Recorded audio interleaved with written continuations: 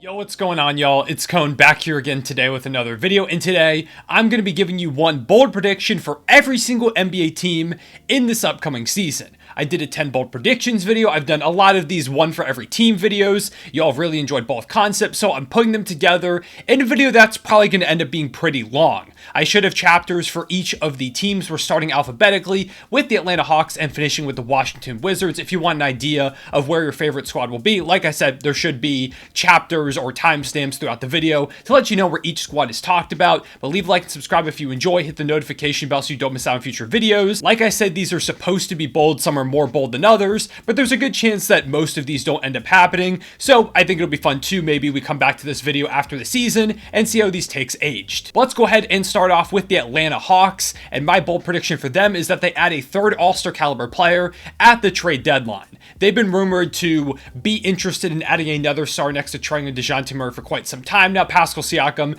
is the name that always seems to come up whenever we talk about the Atlanta Hawks and maybe a trade candidate, and for good reason. He makes a lot of sense. It feels like he's probably on his way out of Toronto sooner than later because he's on an expiring deal, and the Raptors seem headed towards a rebuild. So maybe it's a guy like him. Maybe they add some more scoring punch with, say, like a DeMar DeRozan if the Bulls decide to blow it up around the deadline, or a number of other players across the league that could potentially become available. With the modern NBA landscape, you never know when a star is going to become disgruntled or want out, or a team is suddenly going to be like, hey, season's not going our way, we're going to blow things up. So I think the Hawks are major players, and anytime a player like that comes up, they go ahead and add somebody, making them pretty formidable in the East with a trio of whoever they add: Trae Young and DeJounte Murray. For the Boston Celtics, I'm going to go ahead and say that, again, like last year, they're a top 2 offense and a top 2 defense in the league. It's a really hard feat to accomplish. We very rarely see teams be top 5 in both categories, never mind top 2. But I've said a lot of times on this channel, I'm a big believer in what Boston has built over there over the course of this offseason.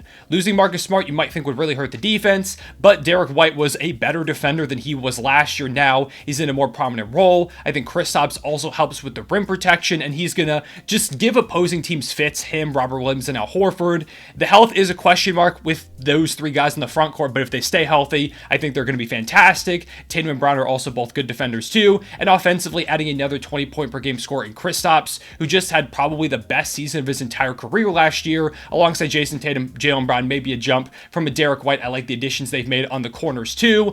I just really like the Celtics team. I think they're going to be incredible and end up being top 2 offensively and defensively. Cone from the future here, accidentally forgot to record the net section of this video originally, but for them, I'm going to say that they finished this upcoming season with a top 5 defense. They weren't great last year after the deadline when they made those big time moves, but I think with a full season together, this core could do some great things defensively. They of course have Mikal Bridges, who has been a great defender for pretty much his entire career. They've got Nicholas Claxton, who took a big jump last year and looked like maybe a depoy frontrunner before eventually, of course, they made all those trades which took the Nets down the standings. And finally, they've got Ben Simmons, who I believe is going to make a big bounce back defensively and again look like an all-defensive type of player. Not to mention other capable defenders like Cam Johnson. You've got Dorian Finney-Smith, Dennis Smith Jr., who is fantastic defensively now in the backcourt off the bench. I like the personnel they put together in this roster. I think they could be amazing on that end.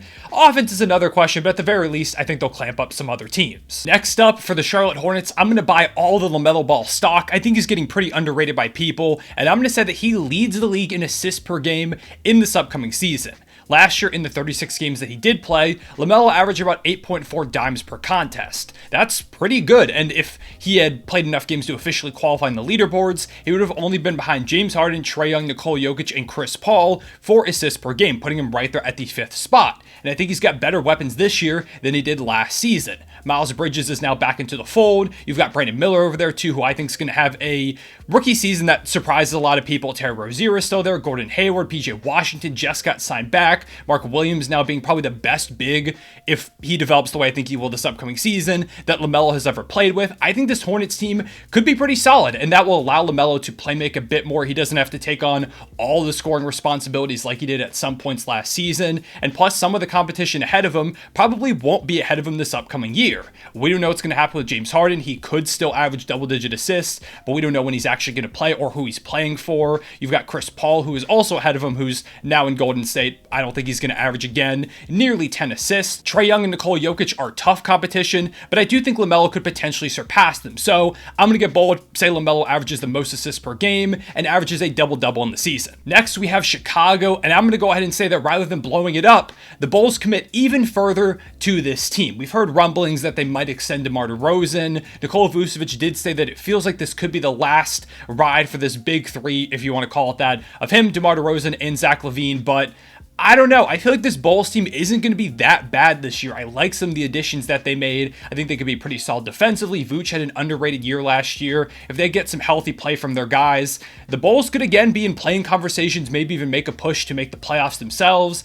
And with the way this Bulls front office has been seemingly moving, with maybe Lonzo Ball coming back next year, fingers crossed, hopefully he's able to play again, I feel like they're going to buy into this even more. Is that what I think they should do? No, not whatsoever. But I do think they end up going that direction, even though it'll probably make Bulls fans really upset. For the Cleveland Cavaliers, I'm going to go ahead and say that they get not one, not two, but 3 All-Stars this season. Donovan Mitchell, of course, is going to be their, unless injury strikes pretty early and takes out most of his first half of the season. He was just All-NBA. He's pretty firmly going to be an All-Star, one of the best guards in the entire Eastern Conference. I think Darius Garland bounces back and makes another All-Star game after missing it last year, but being one the year before.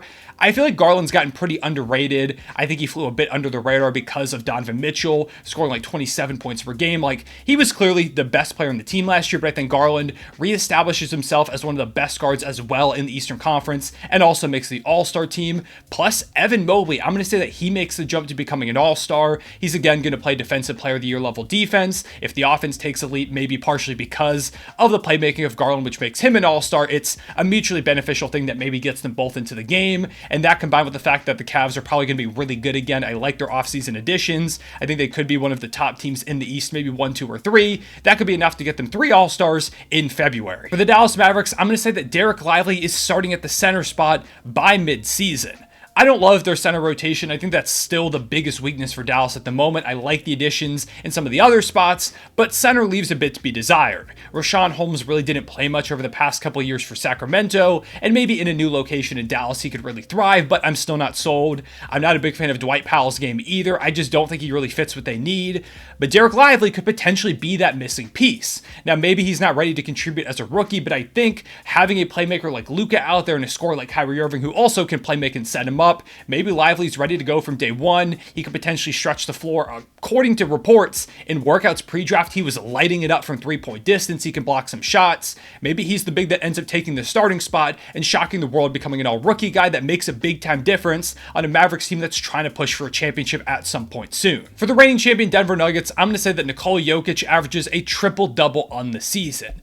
Now, he was close last year. He was just 0.2 assists per game away from doing so it might not seem like that bold to say that he could do it, but the fact that only Russell Westbrook and Oscar Robertson have ever done so makes it a little more interesting in my opinion. I think Jokic will potentially take his foot off the gas a bit scoring-wise this year, focusing more on playmaking, at least in the regular season before he dominates scoring-wise when the playoffs roll around, like we saw this past year, really towards the end of the season when a lot of people say he just gave up on the MVP award against Joel Embiid. He just kind of took a back seat. I think he could do that more this season now that they've won the finals and he knows that his teammates can step up. All they have to do is get to the playoffs and then they can be dominant there. So I'm going to say that Jokic takes a step back scoring-wise, but playmaking-wise averages over 10 assists. Of course, he's going to grab the 10 boards as well. He's going to average a triple-double and become the 3rd player to ever do so. Next, let's talk Detroit Pistons. I'm buying into the bounce-back campaign. I'm going to say that Cade Cunningham is in All-Star talks when February rolls around.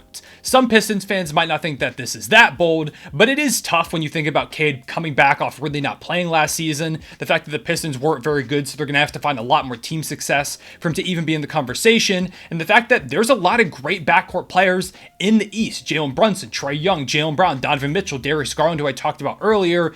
That's just off the top of my head. There's more guards out there for sure, but Cade's going to have to battle with a lot of those guys. And I think that's part of the reason why he ultimately probably won't end up making the team. But I think Cade's going to do great things this upcoming year, be putting up big-time numbers for a Pistons team that's going to shock a lot of people and be highly competitive. Even if they're not winning a ton of games, they're going to be a tough out anytime they go out there on the court. Cade's going to be a big part of that, and he will be in All-Star conversations. Whether he makes it or not will probably depend if the Pistons are getting great play from their other guys. For the Golden State Warriors, I'm going to say that Chris Paul actually ends up starting at least 30 games. I don't know if this happens at the beginning of the season or it's something they try disperse throughout the year towards the end of the season, but I'm going to say at some point they go ahead and give a try of the Chris Paul, Steph Curry, Klay Thompson, Andrew Wiggins, and Draymond Green 5-man lineup. I think it's probably a lineup we'll see a lot closing games, but starting wise, I don't know what we're actually going to see. Chris Paul to me feels like he makes sense coming off the bench, setting up those other players, but when he's talked in interviews, he seems pretty certain that he's not going to be coming off the bench, or at least that he doesn't want to. So I don't know what the game plan is over there, but I'm going to go ahead and say that they give it a try, see what it looks like with Steph at the 2 and Chris Paul out there at the 1. The playmaking between Chris Paul, Steph, and Draymond would be ridiculous. Maybe it ends up working out, but Draymond playing full-time small ball 5 might just be too taxing. I'm not really sure what we're going to see, but I'm going to say that the point guard does get out there to start at least 30 games sometime throughout the year. For the Houston Rockets, I thought about making some takes about their recent additions, but instead I'm going to stick with their franchise cornerstone, in my opinion, in Jalen Green, and say he averages around 25 points per game this year. It's going to be tough because you've got Fred VanVleet coming into the fold, who's going to average probably close to 20, Dillon Brooks, who's going to put up a lot of shots as well. You could get progression from Alperen Şengün, from Jabari Smith Jr., maybe Amen Thompson comes in as taking a decent number of shots. You still have Kevin Porter Jr. Like, there are a lot of guys on that team that are going to need to take shots, but I think Jalen Green is going to establish himself this season as the alpha scorer on that team, the number one option going forward, which I feel like a lot of people have forgotten he can absolutely be. When he came into the league, there were people immediately saying this guy's going to win a scoring title someday. I still believe Jalen Green could do that down the line. I'm still really high on him. I think he takes a jump this season, averages right around 25, and if Houston can be surprising, maybe he's talked about a bit in All-Star conversations, but the West backcourt situation is even more stacked than the East one, so I don't think he makes it, but he will take a jump. Speaking of dark horse All-Stars, I'm going to say that Miles Turner actually gets some All-Star consideration this year. He was great last season, averaged around 18 points per game, doing it at high efficiency. He was blocking shots like he typically does. Miles Turner was fantastic. And I've said before, I'm high on this Pacers team going into this year. I think Tyrese is going to take a jump. He's, of course, probably going to be an All-Star guard again. That's another guy I did mention earlier when I talked about some of the great All-Star guards out East, but I think he's going to take a jump. Benedict Mathurin could take a leap too. I like Bruce Brown coming in. Obi Toppin feels like an MIP frontrunner. There's a lot of great talent over there that could lead to the Pacers shocking the world and being a pretty solid team in the Eastern Conference. Maybe if Miles Turner's anchoring a decent defense, he's again putting up great numbers, he's doing it efficiently, he could get a bit of buzz for maybe an All-Star spot. Now, I don't think the Pacers are going to be good enough to get 2 All-Stars, which will ultimately keep Miles Turner out, but I think this could end up being the best season of his entire career, and maybe he ends up getting rewarded for that. Next, let's talk LA Clippers, and for them, I'm going to say that they have Paul George trade discussions at the deadline. There's rumors that they were gauging his value in this offseason. Now, nothing has materialized, and we don't know if that's a concrete fact, but those rumblings are interesting, especially because Paul George, alongside his co-star and Kawhi Leonard, are going into the last years of their contracts. They have player options after the year, but I would be surprised if they pick those up. So if the Clippers are disappointing around the deadline, or say there's a disgruntled star out there that makes the Clippers feel like, hey, maybe we could deal Paul George in his last season for someone that maybe raises our ceiling a little bit, maybe we should go ahead and make that move. Maybe they try and do something to appease Kawhi Leonard and say, okay, we're going to get you this co-star going forward because you're the guy we want to keep here. Maybe they don't think Paul George is going to re-sign and they just want to get some value for him. I think there's a lot of possibilities that lead to PG not being on this team at the deadline or even in next offseason. I don't know if the trade actually happens. I think it's probably unlikely, but it's something that I think will be talked about. For the LA Lakers, I'm going to say that this is not LeBron's last season with the franchise. A lot of people think it pretty much is because he said multiple times that playing with Bronny is his ultimate goal, which makes a bunch of sense, and the chances of Bronny landing on the Lakers out of all teams are pretty unlikely, especially because LeBron said that. There's probably going to be a franchise out there that, assuming Bronny heads into this upcoming year's draft, which it seems like he will, if Bronny enters the draft and they know they could potentially get LeBron James by drafting him, he'll probably be a highly looked after prospect. But LeBron, I feel like, will play pretty well this season. The Lakers, I believe, are one of the best teams in the Western Conference. I don't think he's going to pass up the chance at maybe winning another ring with the Lakers before the end of his career. I think next season, he stays with the Lakers. If they are good this year, like I think they will be, he tries to compete again for a title before the following season, then going ahead and playing his last year with Bronny, wherever he does end up. For the Memphis Grizzlies, I'm going to say that Desmond Bane averages around 24-25 points per game this season. They're obviously going to need a big big offensive boost to stay afloat while Ja Morant is out for the first 25 games of the year. And I think Desmond Bane is the clear candidate to pick up the slack in his absence. Bane was great last year, averaging right around 21.5 points per game and doing it efficiently, and I think while Ja's out, that number could skyrocket. Obviously, it'll come down a little bit when Ja does end up returning, but I think he'll do enough scoring in the meantime to end up with a season average right around 24 to 25 points per game. He's going to help keep them afloat. I think he's capable of way more than people are giving him credit for, and maybe he ends up being a dark horse all-star by the time February rolls around. For the Miami Heat, I'm going to say that not only do they land Damian Lillard in a trade, but that he finishes top 3 in MVP voting for them. To me, it's the perfect storm. Dame just had the best season individually of his entire career. He was a monster scoring the ball, doing it efficiently, bouncing back in a big way from that season that was really marred by that core injury. It feels like he's on top of his game right now, and in Miami, he's a perfect fit. He's got defenders next to him between Jimmy Butler and Bam Adebayo who can also each do a bit of scoring. We'll see what the rest of the supporting cast does look like if this trade does go down, but I think that he could be really, really, really good, maybe even snagging the number 1 overall seed in the Eastern Conference. And if they're able to do that with Dame now there, a spotlight on him again, playing some of his best basketball of his career, why couldn't Dame finish in the top 3 MVP conversations and maybe even end up winning the whole thing? He's of course going to have stiff competition between Jokic, Giannis, Embiid, Luka, Jason Tatum amongst others, but maybe this is Dame's year. For the Milwaukee Bucks, I'm going to go ahead and say that like the Celtics, who they're battling with in the Eastern Conference, they finished top 5 in both categories, offense and defense. Defensively, they were a top 4 team this past year, which makes sense. They've got Giannis, they've got Brook Lopez, who just had the best defensive season of his career. Drew Holiday is still one of the top guard defenders in the entire league. They're stacked at that spot. Offensively is another problem. Last year, they were pretty middle of the pack. They finished 15th in offensive rating, so taking a jump up 10 spots is probably pretty difficult. But I think having maybe Chris Middleton healthy for the full season can allow them to really find their stride again. Giannis is, of course, a great offensive player. Brook Lopez is still good on that end. I believe they can build some more consistency rapidly if Chris Middleton does stay on the court, which I'm keeping my fingers crossed that he does, and it allows them to be one of the best teams in the league on both ends. For the Minnesota Timberwolves, I'm going to say that Karl Anthony Towns is about to play his final year with the franchise. He's been here for a while, and for a long time, he was the face of this entire team. But since Anthony Edwards has come into town and begun his rise to superstardom, it feels like Cat has almost felt a bit pushed out, especially with Rudy Gobert being traded for last offseason. Now, maybe the Timberwolves are able to make this thing work with Cat, Gobert, with Ant, with Jay McDaniels. They push for one of the top seeds in the West, and they keep Cat beyond this season.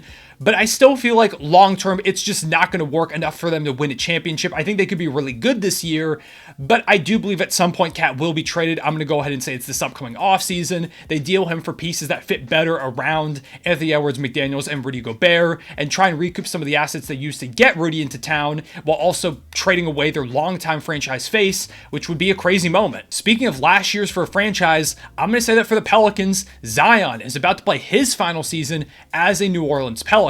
We've heard rumblings for most of his career that he's not super happy in New Orleans. I don't know if I necessarily believe that, but it is something that has been on the radar. It's also rumored that this past offseason, they were considering trading him specifically to go up and get Scoot Henderson in this year's draft. It didn't, of course, end up happening, and I do think the Pelicans, with a fully healthy year of Zion and Brandon Ingram, could be one of the best teams in the entire conference. I just don't know if we're going to see it, and if they have another season that feels wasted by injuries to both Ingram and Zion more specifically, I think the Pelicans go ahead and say, hey, we need to move on from this duo. We have to get value back for Zion while he still is one of the top players in the league when he's healthy. They end up trading him, whether it is for one of the top picks in the draft or just another young talent to put next to Brandon Ingram on that team for the foreseeable future. In my opinion, I think it would be a mistake, but it's one I think that they're headed towards. For the Knicks, I'm going to say that Jalen Brunson goes from not even being an all-star last year, which was a robbery, to being an all-star starter in the Eastern Conference.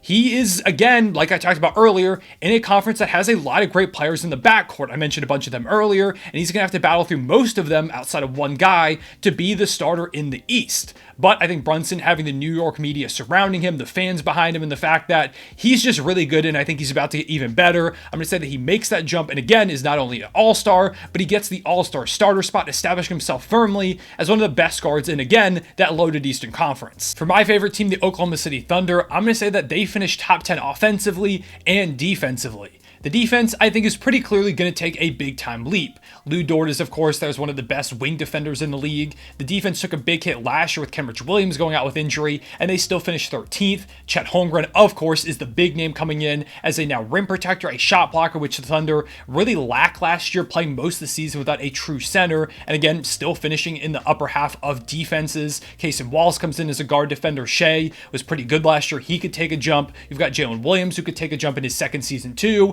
I feel like defensively, this team is pretty clearly going to be one that's really hard to score against. Now, offensively is the bigger question mark. They finished 16th offensively last year, and that was with Shea averaging around 30 points per game. But I think he's going to do something similar again. Jalen Williams, again, could take a second-year leap. Chet Holmgren, now being a lob threat, will open up the offense a lot, plus being a stretch big out there. We'll see what happens with Josh Giddey too. What is he going to do in his next season offensively? I think this team has the potential to be really solid on both ends of the court. I feel more strongly about the defense, but I'm going to go ahead and again be bold and say that the offense gets into that top 10 as well. For the Magic, I'm going to say that Franz Wagner ends up in some all-star talks this season.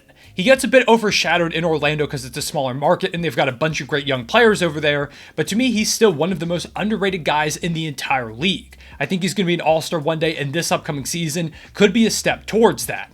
I don't know if he actually ends up making it because will the Magic be good enough to have two All-Stars? I'm not sure. And if they do get one, it's likely Paolo. But I think this season the league starts to really notice Franz Wagner, and he's going to be an All-Star sooner than later. And at the very least this year, he'll be in the discussion for maybe making the team. For Philadelphia, I'm going to say that James Harden is not traded until the trade deadline. Again, we're dealing with Daryl Morey here, who didn't trade Ben Simmons until the deadline after he sat out the entire year. Now, this is a bit of a different situation because you have to maximize Joel Embiid's talent right now.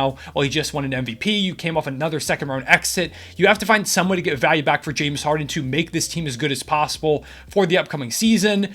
But I just don't see Morey giving up Harden for a less than ideal offer that it seems like the Clippers are sending over to Philly. I think Harden does get dealt, but I think it's not until around the deadline, and they eventually do get a solid return for him, enough of one to keep the Sixers competitive behind Embiid, Maxey, who can maybe rise up to an all-star caliber player, Tobias Harris, and the rest of the guys on that roster. For the Phoenix Suns, I'm going to say that every member of their Big Four averages over 20 points per game. That's Beal, Booker, Kevin Durant, and DeAndre Ayton.